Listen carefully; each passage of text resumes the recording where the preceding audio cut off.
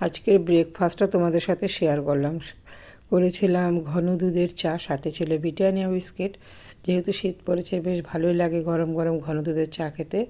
আর বৌমা করেছিল কচুরি, আর সাথে ছিল আলু সেদ্ধ করে একটা পাতলা করে আলুর ঝোল, আদা আর মৌরি ফোড়ন দিয়েছিল, সাথে দিয়েছিল একটু আদা মৌরির গুঁড়ো আর একটু গোলমরিচের গুঁড়ো আর কাঁচা লঙ্কা দিয়ে করেছিল। তরকারিটা খুব ভালো হয়েছিল।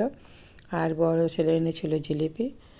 আর দুপুরের মেনুতে ছিল তোমার ভাত, পটল ভাজা, মাছ ভাজা, মূলোর বড়া, করেছিলাম মোচার ঘন্ট, কপি পাতা বাটা, করেছিলাম তোমার